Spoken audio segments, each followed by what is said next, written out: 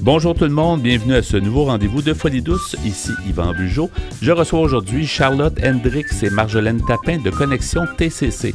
À l'espresso et à l'espresso allongé, Pierre Laporte amène son sujet, la douance. Catherine Stassin est aussi des nôtres, sa chronique L'anxiété sociale au travail. Bienvenue à Folie douce.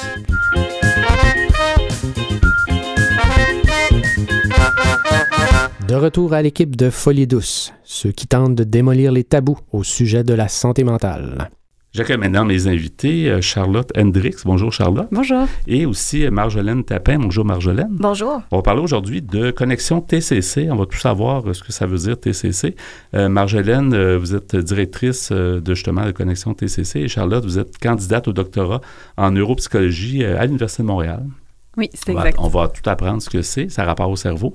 Donc, Marjolaine, comment on peut présenter d'abord ce que c'est Connexion TCC? Qu'est-ce que ça veut dire, TCC, d'abord? Donc, TCC, ça veut dire traumatisme crânio-cérébral. Connexion TCC, c'est le raccourci pour le regroupement des associations de personnes traumatisées crânio-cérébrales du Québec. On est un organisme communautaire qui existe depuis 25 ans maintenant et qui regroupe 13 associations régionales partout sur l'ensemble du territoire de la province du Québec. OK.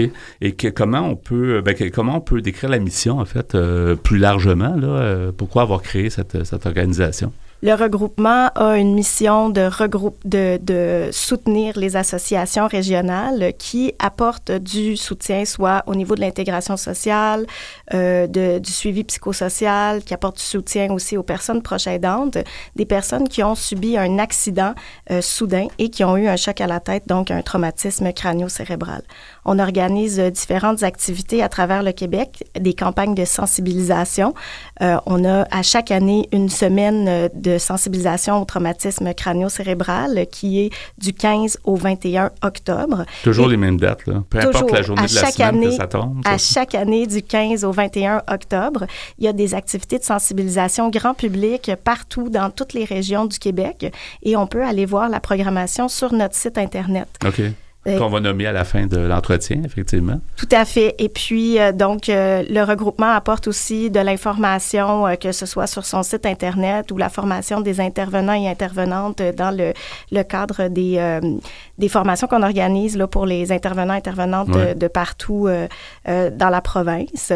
Et également, on va défendre différents dossiers là, provinciaux qui touchent les personnes traumatisées crânio-cérébrales. Oui, je demanderai à Charlotte maintenant de nous décrire un peu ce que c'est le traumatisme crânio-cérébral. On a probablement une idée de ce que c'est, mais qu'est-ce que c'est en fait? Oui, tout à fait. Mais dans le fond, donc, le traumatisme crânio-cérébral ou TCC, je pense qu'on va utiliser beaucoup l'acronyme maintenant, c'est vraiment une lésion ou une blessure à notre cerveau qui survient à cause d'une force externe et qui va altérer le fonctionnement du cerveau. Donc généralement, la première image qui vient en tête à tout le monde, c'est l'écomotion cérébrale dans le sport. Ça en fait partie, mais c'est beaucoup plus large que ça. Donc, le TCC, ça vient vraiment perturber notre fonctionnement cérébral, puis ça peut être à cause de chutes, ça peut être à cause d'accidents de voiture qui font partie des causes les plus fréquentes du TCC. Ça peut être également suite à l'impact d'un objet qui vient frapper la tête ou, par exemple, un coup de fusil. Bref, tout ce qui va venir percuter la boîte crânienne ou la pénétrer carrément et qui va venir créer une lésion cérébrale. Donc, on sait qu'il y a plusieurs niveaux de sévérité du TCC, puis c'est là que c'est quand même important. On va avoir le TCC léger ou la commotion cérébrale, donc c'est-à-dire un choc à la tête, mais qui est moins grave. On n'a pas ou très peu de perte de conscience, puis on se souvient parfois de l'événement, parfois pas, mais ça dure quelques minutes. Généralement, on n'a pas de symptômes qui perdurent dans le temps. Ça peut durer quelques semaines, voire un mois, puis ils sont censés se résorber avec le temps. Donc ça, c'est un peu l'exemple de nos sportifs ou bien recevoir un ballon sur la tête dans la cour de récréation. Après, nous, avec Marjolaine, puis Connexion TCC ainsi que les associations, on va s'intéresser plutôt au TCC qu'on va appeler modéré à grave. Donc là, on parle de personnes qui ont des accidents plus grave, plus sévère. Ça va s'accompagner avec une perte de conscience quand même plus longue également. Donc nous, on a des critères dans le milieu médical pour venir catégoriser ça. Donc on regarde la durée de la perte de conscience. On regarde aussi la durée de l'amnésie lors de l'événement. Donc est-ce qu'on se souvient de l'événement, mais aussi des jours qui précèdent ou qui suivent l'accident. Puis généralement, plus c'est grave, plus l'amnésie est longue. Et là, on va parler donc des accidents de voiture, des chutes chez les personnes âgées aussi de leur propre hauteur. Chez les enfants aussi, ça va être les chutes, mais on peut aussi retrouver des bagarres dans des populations, par exemple, plus vulnérables comme les personnes en situation d'itinérance. Est-ce que dans les conséquences, est-ce qu'il y a autant des symptômes physiques que mentaux? Est-ce que les deux sont présents en général? Tout à fait. Donc, comme je vous dis, dans le TCC léger, la commotion cérébrale, c'est une entité à part entière. Les symptômes vont disparaître dans les semaines qui vont suivre. Dans les TCC modérés à graves, généralement, c'est fréquent d'avoir des séquelles qui vont durer dans le temps. Donc, c'est pas juste un accident à un moment T, c'est vraiment une condition qu'on va appeler chronique. C'est des personnes qui vont vivre avec des séquelles tout au long de leur vie. Là, par contre, elles peuvent aller dans tous les sens. Donc, ça peut être en effet des séquelles physiques, par exemple une partie du corps qui bouge moins bien, des pertes d'équilibre, des étourdissements, ce genre de choses. On va pas parler de séquelles mentales, on va plutôt parler de séquelles cognitives, c'est le terme qu'on va utiliser. Donc, par exemple, des problèmes de mémoire, d'attention, d'organisation. On peut aussi avoir la sphère comportementale qui est touchée, donc des gens qui vont être parfois un petit peu plus irritables, plus agressifs, ou au contraire, plus apathiques, on va utiliser ce terme-là, c'est-à-dire plus tendance à moins faire d'activité, moins se mettre en action. Donc, ça peut vraiment créer une ribambelle de séquelles et chaque personne avec un TCC va être tout à fait différente dans les séquelles qu'il va présenter, dépendamment aussi de où la lésion se trouvait dans le cerveau. Oui. Combien de gens peuvent être touchés? Est-ce qu'on a des statistiques, que ce soit Marjolaine ou Charlotte qui veut répondre? Bien, la question des statistiques, elle est centrale. Connexion TCC, on aimerait beaucoup qu'il y ait davantage de recherches pour pouvoir documenter le phénomène. Ce qu'on sait dans les dernières études, c'est qu'il y a environ 2000 personnes à chaque année qui vont vivre un accident qui va causer un traumatisme crânio-cérébral modéré ou sévère au Québec. Ouais, 2000.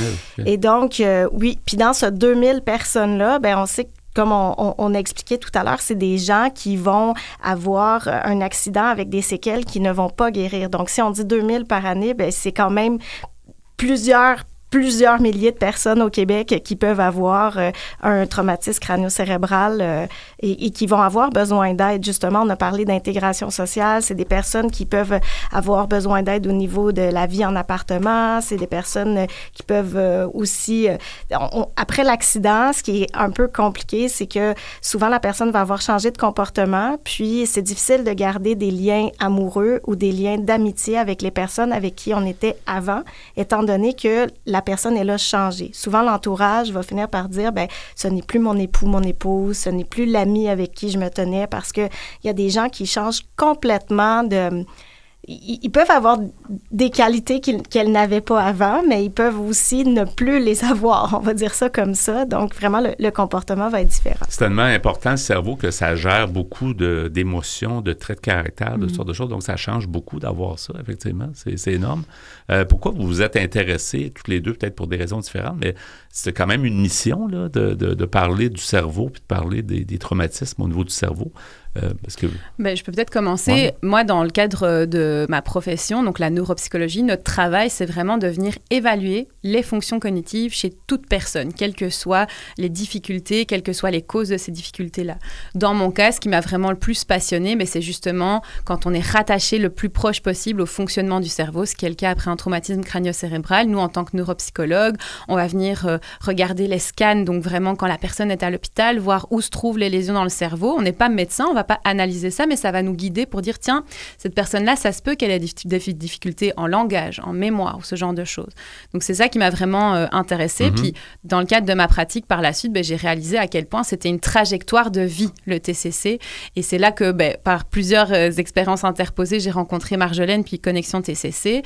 Puis, je me suis vraiment liée d'intérêt avec les associations communautaires qui sont, en fait, pas mal les seuls remparts de services, je vous dirais, au long terme pour les personnes qui vivent avec cette condition chronique chroniques-là une fois qu'ils sont sortis du système de santé et qu'ils ont terminé leur réadaptation.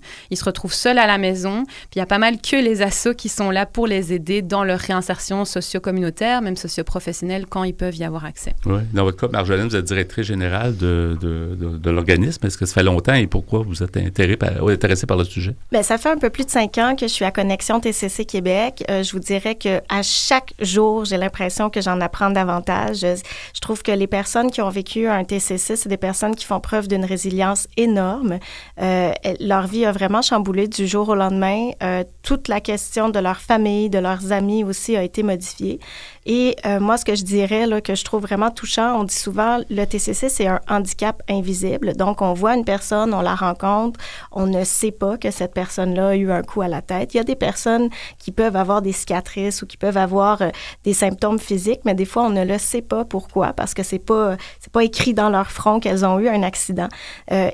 Souvent, la société va être portée à juger ces personnes-là. Quelqu'un qui a des troubles d'élocution ou des troubles d'équilibre, on va penser tout de suite que c'est une personne qui est en état d'ébriété, alors que c'est pas le cas. Donc, les personnes TCC nous rapportent souvent que lorsqu'elles ont des orthèses, des béquilles, quelque chose de visible. Un signe visuel, elles sont mieux traitées que lorsque, par exemple, il y en a qui utilisent le transport adapté puis qui peuvent être confus, ne pas aller au bon arrêt, puis ils vont vivre des difficultés comme si elles étaient, puis souvent comme si elles étaient bornées, comme si elles ne comprenaient pas les consignes. Puis souvent, c'est ça qui va être rapporté aussi. Je lui ai dit et il m'a pas écouté, ou mais les gens ont des troubles de mémoire. Sa condition fait que c'est comme ça. Là, c'est ça. C'est pas de la mauvaise volonté, vraiment pas. Qu'est-ce qui est mal compris encore au sujet justement de ces troubles du TCC. Du TCC. Oui. Ben, je pense que on pourrait dire beaucoup de choses, mais si on résume, je pense que ce qui est encore mal compris, malgré le fait que dans la communauté scientifique, au niveau de la santé publique et au niveau de santé tout court, on se bat pour le faire reconnaître, c'est que c'est une condition chronique. C'est pas juste un accident à un moment T dans la vie de quelqu'un. Et donc ça fait comprendre aussi que, en fait, c'est un problème mondial de santé publique, le TCC, parce qu'il faut comprendre que c'est une des principales causes de décès et d'invalidité chez les jeunes au niveau mondial. Donc, ça va être connecté à plein d'enjeux de santé publique comme l'itinérance, l'incarcération, parce que, comme a dit Marjolaine, à partir du moment où ces personnes-là perdent leur réseau de soutien, bien, quand ils ne savent plus fonctionner par eux-mêmes sans leur réseau de soutien, bien, ils s'en vont vers ces problématiques-là. Donc, ça, c'est la première chose pour moi qui est le plus mal comprise, puis on se bat beaucoup pour ça, parce que, évidemment, vous comprenez que ça en découlera de financement, de reconnaissance, de soutien et d'aide au-delà du système de santé. Puis l'autre élément, on l'a déjà nommé, c'est le handicap invisible. Ça, c'est toujours un grand préjugé. Les gens, effectivement, jusqu'à aujourd'hui, les gens qui ont un problème physique, il y a plus d'empathie, il y a plus de gens qui vont se porter à l'aide de ces gens-là, de ces personnes-là. Puis il ne faut pas se méprendre. Ils vivent évidemment toutes leurs séquelles, toutes leurs difficultés au quotidien. Absolument. Mais c'est sûr que ça donne un petit cue, un petit indice visible pour les autres personnes autour de comprendre qu'il y a une situation de handicap. Oui, avant de terminer, il reste encore presque une minute, mais j'aimerais ça qu'on mentionne les coordonnées, puis entre autres pour savoir des infos sur la semaine spéciale, mais sur toutes vos activités, puis votre mission, puis comment vous contacter, puis voir les différents groupes à travers la province. Hein? Oui, exactement. Qu'est-ce qu'on cherche comme... Donc, sur le site Internet qui est au www.connexiontccq.ca, on peut retrouver la liste des associations régionales présentes dans 16 régions administratives du Québec et on peut retrouver toute l'information sur la Semaine québécoise du traumatisme crânio-cérébral du 15 au 21 octobre. À toutes les années. À toutes les années. Marquez ça dans votre calendrier, à toutes les années, du 15 au 21. On peut être mieux informé sur le sujet puis probablement participer à des activités, là. Ainsi que de l'information sur le TCC. Les études les plus récentes sont sur notre site Internet. Donc, on parlait du TCC, le traumatisme crânio-cérébral. Merci beaucoup, Marjolaine Tapin, directrice générale de cette organisation. Et merci beaucoup, Charlotte Hendricks, de l'Université de Montréal, étudiante au doctorat en neuropsychologie. Merci beaucoup d'avoir été avec nous et à la prochaine. Merci de l'invitation. Au revoir. Nous sommes bien présents sur Facebook. Cherchez Folie Douce Radio pour nous trouver. Folie Douce, une communauté, une radio. C'est maintenant le moment du segment Espresso. Bonjour Pierre Laporte. Salut Yvan. Alors aujourd'hui, tu poursuis le sujet entamé à la dernière émission, la douance. La douance, oui, qui est un mot peut-être un peu obscur pour plusieurs personnes. C'est en fait, on parle ici des enfants, en fait pas seulement des enfants, mais ceux qui sont surdoués et à quel point ça peut être difficile pour eux, peut-être encore plus pendant l'enfance à l'école, car ces jeunes-là peuvent se sentir souvent isolés. Et la dernière fois, tu disais qu'au secondaire, des fois, ça peut se dégrader. Là. Il peut y avoir beaucoup de personnes qui sont un peu, qui se sentent un peu, pas abandonnées, mais ils ne se sentent pas bien. C'est ça. Fait que c'est important. Alors, c'est pas toujours facile. Ouais. Non. Alors, c'est d'après un article qui s'intitule « Gérer la douance ». C'est un article qui nous a été envoyé par notre ancienne chroniqueuse Ève Cardinal, et on la salue en passant. Alors, c'était sur le site AccuDouance. Et c'est un article écrit par la docteure Marianne Bélanger, qui est psychologue et neuropsychologue. Alors, la docteure Bélanger nous dit: la douance est encore très tabou au Québec. Nous sommes plus de 10 ans en retard sur la France et aussi plusieurs années en retard sur d'autres provinces du Canada à l'égard de notre acceptation, de notre compréhension et de notre soutien aux jeunes à haut potentiel intellectuel, comme on dit simplement HP. Et pourquoi? Plusieurs hypothèses sont possibles. La première hypothèse repose sur nos racines gréco-chrétiennes qui survalorisent l'humilité en associant la honte à la richesse et en donnant naissance au mythe historique des Québécois nés pour un petit pain. Conséquence, si vous annoncez à vos proches que votre enfant a une déficience intellectuelle, vous recevrez, on l'espère, de la compassion. Mais ceux qui annoncent une douance reçoivent souvent un air de condescendance, une écoute bienveillante mais mêlée d'un certain mépris pour leur affirmation que leur enfant est plus intelligent. Et la première réaction, c'est de dire, il n'y aura pas de problème, il est intelligent, alors que c'est pas ça que tu nous racontes. Oui, exactement, oui. C'est ça. Alors, on nous dit, imaginez les parents qui doivent en parler à l'école ou à leurs proches. Même certains psychologues peu sensibilisés risquent de ne pas les comprendre entièrement. Deuxième hypothèse, nous dit la docteure Bélanger, l'argent. Imaginez ce que pourrait coûter la reconnaissance et la prise en charge par le système public des besoins particuliers d'un autre 2 à 5 % de sa population. La logique pourrait rendre certains groupes moins enclins à promouvoir la recherche sur le sujet. Chose certaine, sachez que le débat ne date pas d'hier dans les commissions scolaires québécoises. D'un côté, les défenseurs des besoins particuliers des élèves HP et de l'autre, ceux qui craignent l'élitisme et l'inégalité. Le combat est parfois sanglant, croyez-moi, nous dit la docteure Bélanger. À ce jour, seule la commission scolaire Marguerite Bourgeois s'est dotée d'une politique des élèves surdoués et talentueux, et ce depuis 2011. À la commission scolaire de Montréal, une école primaire, soit celle qui s'appelle Fernand Séguin, offre un programme particulier en sciences. C'est un début, surtout pour les élèves HP qui ont un profil homogène et qui sont plutôt intellectuels. Toutefois, nous sommes encore très loin de répondre aux besoins des élèves à haut potentiel hétérogènes avec des troubles associés. Ceux qui vivent des difficultés scolaires, qui abandonnent l'école et sont plus mésadaptés avec tous les coûts collatéraux pour eux-mêmes et pour la société.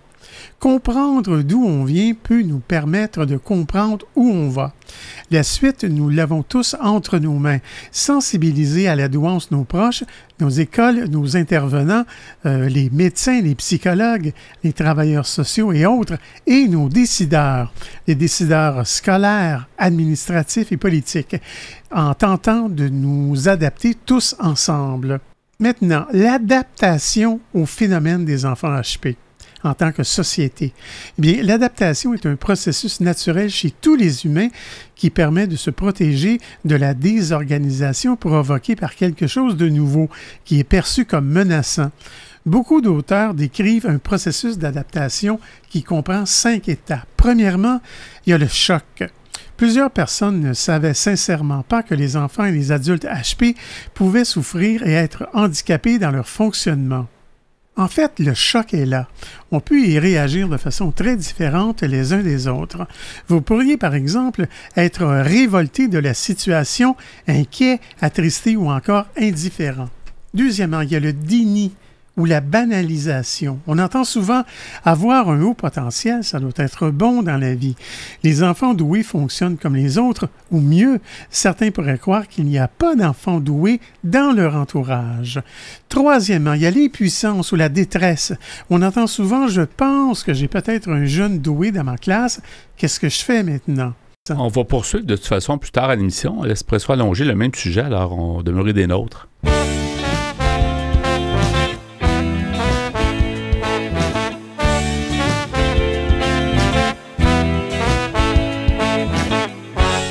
À venir à Folie douce, Catherine Stassin propose sa chronique « L'anxiété sociale au travail ». À l'Espresso allongé, Pierre Laporte continue avec la douance. Vous voulez échanger avec nous? Vous désirez participer à nos productions? Notre site web est antenne.qc.ca. Utilisateur des réseaux sociaux, cherchez Folie douce Radio pour nous trouver. Vous écoutez actuellement Folie douce, pionnier en santé mentale depuis 1991. Folie douce, une communauté, une radio.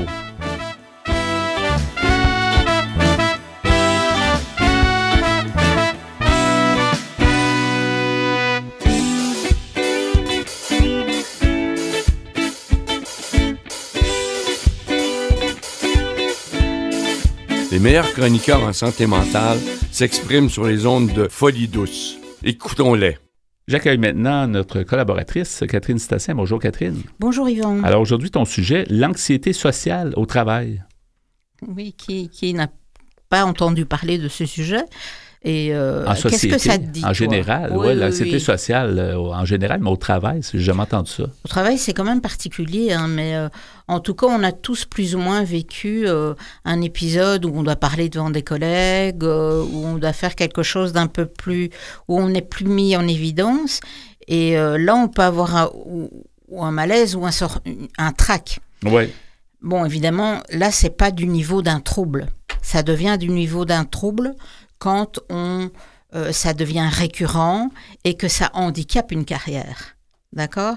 Mais par quoi ça se traduit ? Et ça se traduit, les gens qui ont ça de manière récurrente et handicapante, ça se traduit par des rougissements, mais cela dit, quelqu'un qui est timide peut très bien rougir parce qu'il doit faire un discours et il n'a pas d'anxiété sociale au travail. Hein. On comprend, il faut bien dissocier les éléments ici, mais ça peut comprendre en effet du rougissement, de la grande transpiration et à l'inverse, avoir la gorge très sèche ou des fois les gens peuvent avoir une impression qu'ils étouffent, qu'ils ont difficile à respirer, comme une crise de panique. Dans le fond, ils peuvent avoir une douleur à la poitrine, donc mal à respirer, accélération du rythme cardiaque, tremblement, etc.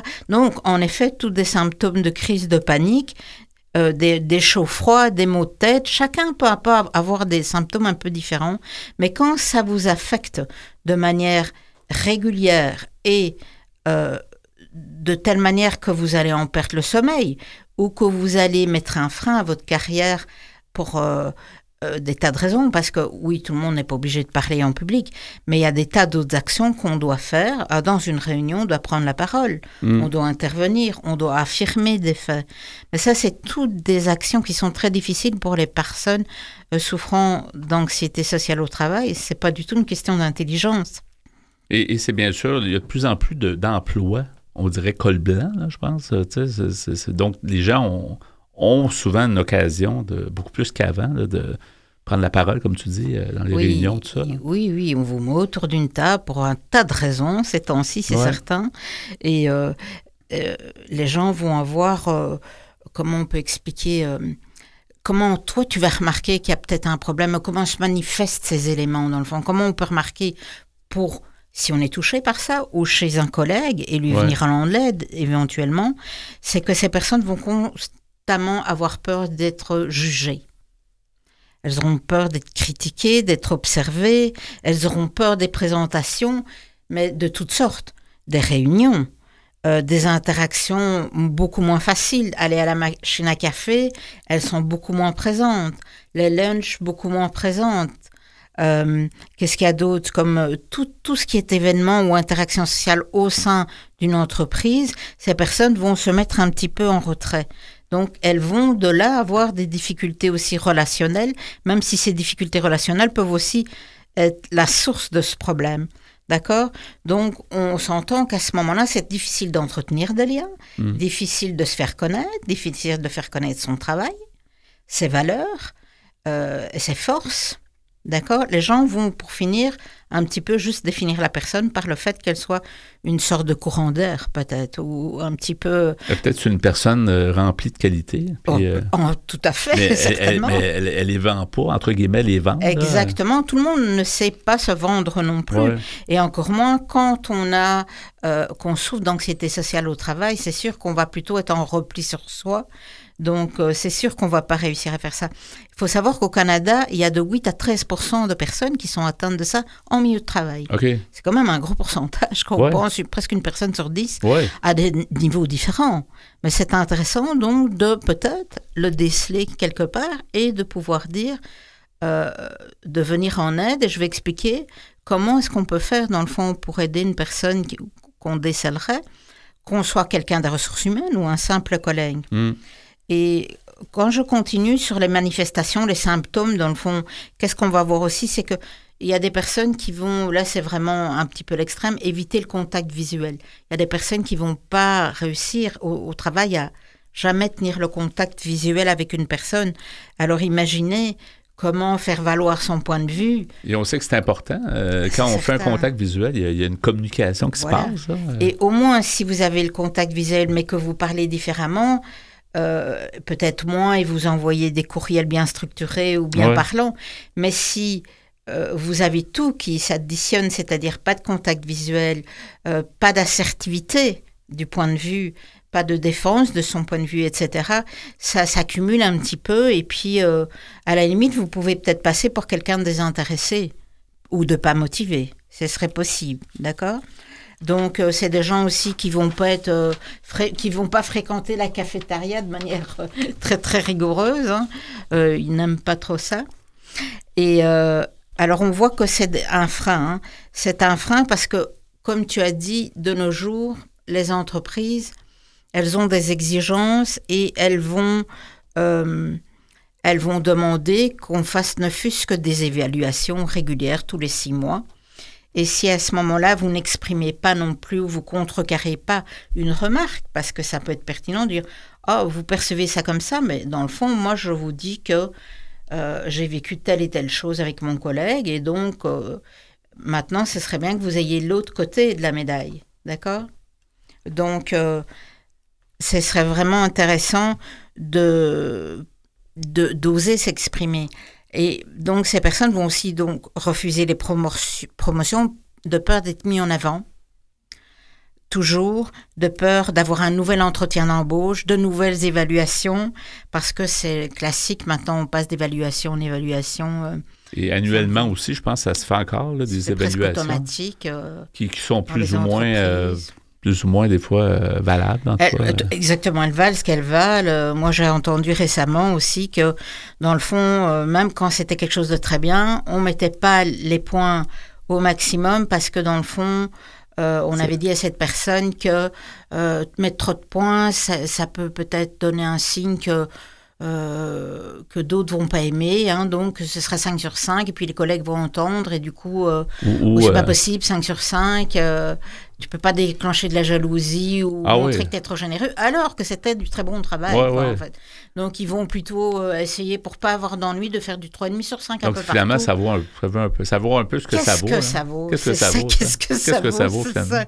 Est-ce que aussi les personnes soumises à ça osent toujours répondre? Enfin ça c'est une autre question, on pourra en parler une autre fois. Puis tu sais, dans les évaluations, souvent, il y a l'évaluation aussi, je ne sais pas si ça se fait aussi dans chaque bureau, mais des employés envers les patrons. Puis là, les employés ne veulent pas nécessairement se mettre les patrons à dos. Fait que, tu sais, en réalité, ces évaluations-là, ça vaut ce que ça vaut, comme on dit, là, dans les deux sens. Là, Oui, c'est ça. Si c'est extrêmement anonyme, fait par un sondage... Oui, mais ça ne l'est pas vraiment. Ce que j'en ai connu dans le passé. Si c'est à la main, on reconnaît l'écriture, le stylo et tout. Oui, si on se nomme, c'est encore pire. Et donc, c'est vrai que ce serait un moment de dire les choses, mais c'est pas toujours évident de le dire. Et comme tu dis, ça, les gens ne veulent pas nécessairement avoir de promotion, tout ça, parce qu'ils vont sentir qu'ils vont avoir une anxiété qui va arriver, là, ces personnes-là dont tu parles. Là, voilà, parce qu'ils devront encore plus défendre leur point de vue. Ben, on monte dans la hiérarchie, on a des comptes à rendre, encore plus, etc. Et ça les paralyse, ça les rend trop anxieux, de manière maladive, perte de sommeil, etc. également. Ce qu'on voit, donc, ces personnes vont...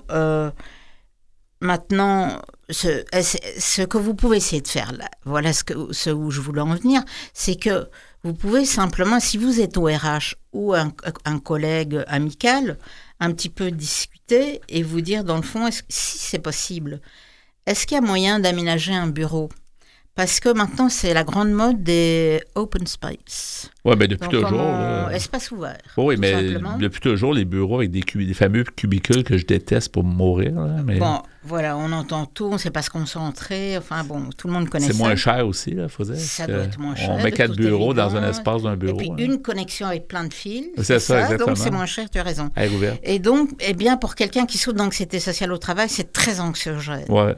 Comme milieu, parce que la personne perçoit qu'elle est regardée. Ouais. C'est pas de la paranoïa, mais elle n'est pas à l'aise avec le regard des autres. Souvent de dos. Fait que les gens arrivent derrière. C'est tout pour ajouter. Là. Et comme par hasard, tu regardes une recette, tu regardes Facebook ou tu regardes de une recette, toute la journée. C'est ça. Et j'ai déjà entendu un grand patron bien connu au Québec, que je nommerai pas, mais il avait dit c'est convivial. Il disait c'est convivial. En tout cas, pour lui, c'est facile à parler. Il y avait probablement un bureau fermé. Mais... C'est ça. Exactement. Il devait avoir un bureau fermé. Mais lui, il trouvait ça convivial. Ouais. Voilà. Et donc, aussi en montant, la personne va aussi être, comme je l'ai dit, comparée. Il y aura plus de concurrence et donc ce sera encore plus tendu pour elle. Ce qui peut augmenter aussi cette anxiété, c'est si à la base, en plus, la personne a un problème de confiance en soi, d'estime de soi, etc. Mais c'est souvent pour ça, mais pas uniquement comme raison, qu'on peut arriver dans un tel état d'anxiété sociale au travail. Donc, ce qu'il y a comme bonne nouvelle, c'est que oui, c'est invalidant, c'est handicapant, ça prend beaucoup de place, mais il y a des solutions. Il y a des stratégies, il y a des thérapies. Pour ça, il faut commencer juste par se dire « je reconnais que j'ai un gros problème. Ouais. Je connais et je vais consulter. » Donc, je vais consulter et en choisissant un thérapeute, on peut prendre la thérapie d'exposition, ça les gens connaissent assez bien en général, c'est-à-dire qu'on va de manière progressive se familiariser avec des situations d'exposition aux autres, à des collègues, à la hiérarchie. On va commencer juste par donner une opinion de 30 secondes à une réunion. Et puis, dans le fond, j'ai survécu. Genre de mise en situation qu'on va faire, là, ouais. Mais on va préparer des mises en situation, on va peut-être répéter avec le thérapeute, on va discuter de ça, comment on peut se préparer. Donc ça, c'est ce qu'on appelle la thérapie d'exposition. Il faut ajouter à ça aussi, idéalement, de la relaxation, pleine conscience, prendre bien conscience de nos peurs et savoir qu'à ce moment-là, ne pas partir en hamster et tout de suite essayer de prendre une respiration, de méditer avant la réunion, de prendre des grandes respirations à la réunion si vous avez ce problème. Et donc vraiment, ça, il y a moyen de faire des gros progrès assez rapidement avec ce problème. Donc vraiment, allez consulter. Si c'est handicapant, je ne dis pas si vous êtes de nature timide, vous vivez avec, il y a toutes sortes de natures. Mais si vraiment c'est quelque chose qui vous handicap dans votre vie professionnelle, allez-y, consultez et surtout alors, arrêtez de penser à la place des autres. En fait, je vais donner des petits exemples où on pense des fois que, tiens, je suis à la machine à la café, je discute et puis la personne regarde sa montre. Ouais, elle m'aime pas, elle pense qu'à partir ou quoi. Mais c'est peut-être juste la personne a une réunion, elle n'a pas le temps de formaliser, de verbaliser, elle va juste regarder sa montre, mais elle est intéressée par ce que vous dites. Oui. C'est pas toujours vous qui est le sujet et le problème, en fait, ou le fait que vous estimez pas assez, ben les autres peuvent trouver ça très intéressant, les autres peuvent apprendre à vous connaître. Laissez-vous approcher par les autres et allez aussi connaître des collègues. Il n'est jamais trop tard pour aller à la cafétéria, pour aller à la machine à café à nouveau. Commencez par des toutes petites choses. Ou mieux dire bonjour avec un contact visuel le matin. Juste commencer par ça. Établir des contacts visuels et puis se mettre des étapes avec un thérapeute. Après le contact, qu'est-ce qu'il y a d'autre, etc. Donc, il y a vraiment des solutions. Merci, Catherine. Donc, sur l'anxiété sociale au travail, on va mettre quelques références sur notre site web antenne.qc.ca dans la section mentionnée à Folie Douce. Merci, Catherine, et à la prochaine. Merci, Yvan. Au revoir. Que vous soyez au boulot, dans l'auto, à moto ou à vélo, en manteau ou en speedo, vous écoutez Folie Douce. Continuons à l'émission avec le segment Espresso allongé. Alors Pierre, le sujet que tu as entamé dans cette émission, et tu avais entamé également dans l'émission précédente, la douance, que tu vas compléter avec ce segment. Oui, alors c'était écrit par... l'article, en fait, s'appelle « Gérer la douance », écrit par la docteure Marianne Bélanger, qui est psychologue et neuropsychologue. Et celle-ci nous disait que en tant que société, on doit s'adapter au phénomène des enfants HP. Et elle nous disait que le processus d'adaptation à n'importe quel changement, finalement, se fait en 5 étapes. Et j'étais rendu au quatrième processus d'adaptation qui s'appelle le détachement, ou le temps qui passe. Elle nous dit, il n'y a pas de miracle, il faut se laisser du temps pour s'informer et cheminer, pour obtenir des réponses et s'outiller, ainsi que pour évoluer comme individu et comme société. Et finalement, il y a ce qu'on appelle l'acceptation. Finalement, il faut accepter véritablement et s'adapter au changement. Maintenant, comment dépister les personnes surdouées? Chez les enfants, il y a plusieurs auteurs et spécialistes en douance qui ont tenté de dresser un portrait des enfants surdoués.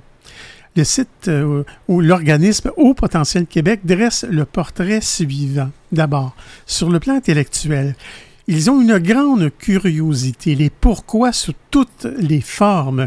Ils ont une grande capacité d'attention sur les sujets qui l'intéressent. Ensuite, un vocabulaire élaboré et structuré, voire précoce dès le plus jeune âge. Ce sont des enfants qui n'ont pas ou très peu parlé étant bébés. Étonnamment, je dirais. Il y a aussi un intérêt pour les jeux compliqués, l'envie d'apprendre à lire avant l'âge habituel, un grand intérêt pour les lectures encyclopédiques, un grand intérêt pour les questions métaphysiques qui parlent de la vie, de la mort, de la création de l'univers, des origines. Il y a aussi un changement rapide des champs d'intérêt dès qu'ils sont maîtrisés. Il y a aussi une grande mémoire, un grand sens de l'observation et du détail, une pensée créatrice et divergente qui peut générer un manque d'organisation. Sur le plan affectif maintenant, ces personnes ont une très grande sensibilité émotionnelle face à l'injustice, les reproches et l'échec. Une tendance à la négociation due, entre autres, à un profond besoin d'équité. On a l'impression que ces gens-là vont peut-être aller en politique plus tard. Ou s'impliquer de façon sociale. Oui. Il y en a certainement beaucoup qui sont de cette personnalité-là. Hein. Oui, et ces gens ont ce qu'on appelle une hyperesthésie des sens, visuelle, auditive, olfactive, entre autres. Ils ont un besoin de sommeil inférieur à la moyenne. Ils ont un très grand sens de l'humour, une grande empathie, un peu comme tu le disais tantôt, des peurs non conventionnelles pour leur âge, comme la peur de la mort vers 3 ans ou peur de la fin du monde, car le soleil explosera un jour. Une préférence pour lier des amitiés avec des enfants plus âgés ou des adultes. Un besoin énorme de stabilité affective, une faible tolérance à l'autorité brute. Ces enfants demanderont sans arrêt la justification d'une règle, surtout si elle n'a aucun sens à leurs yeux.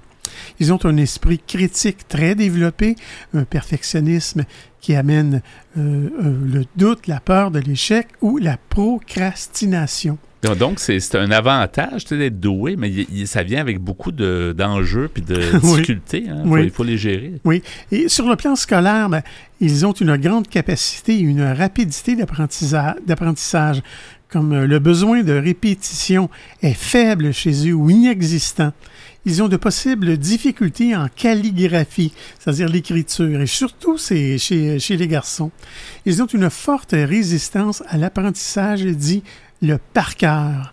Ils ont un ennui, une rêverie ou une agitation qui peut être confondue parfois avec le fameux TDAH, alors que l'attention est présente.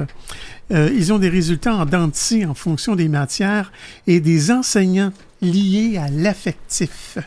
Ils ont une excellente expression orale pour un écrit parfois catastrophique. C'est un peu bizarre. Ouais. Ils ont une absence apparente de méthodologie. C'est peut-être un peu comme, tu sais, Albert Einstein, des fois, qui paraît, sur film, on le voit qu'il paraissait un peu désorganisé. Un peu pas en ordre, mais il est très brillant et très intelligent, c'est ça, ouais. Oui, on dit que ces enfants préfèrent utiliser leur méthode par rapport aux méthodes scolaires et auront besoin d'aide sur ce point.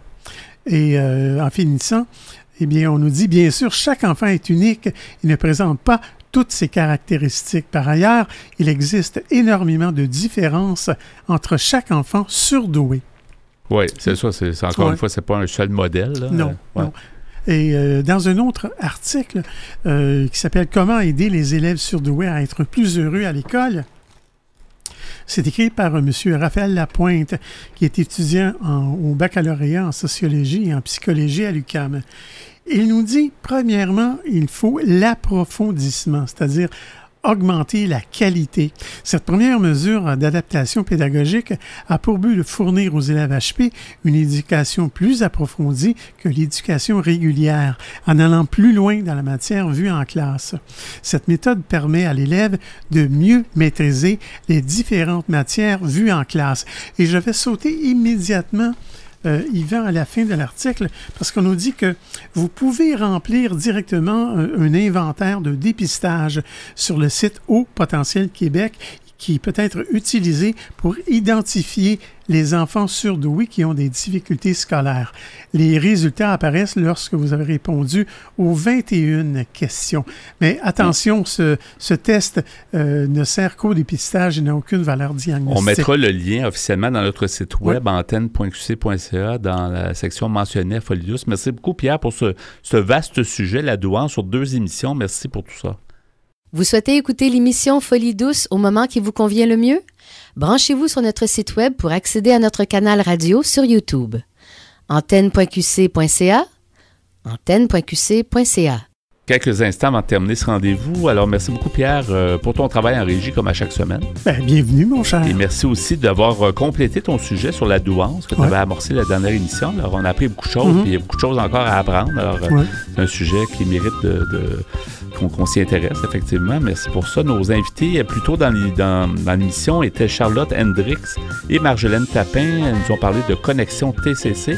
Et notre collaboratrice était aussi des nôtres, Catherine Stassin. Elle nous a présenté sa chronique « L'anxiété sociale au travail ». C'était donc Folie Douce cette semaine. C'est Yvan Bugeaud à l'animation. Bonne semaine à tous et à la prochaine. Au revoir.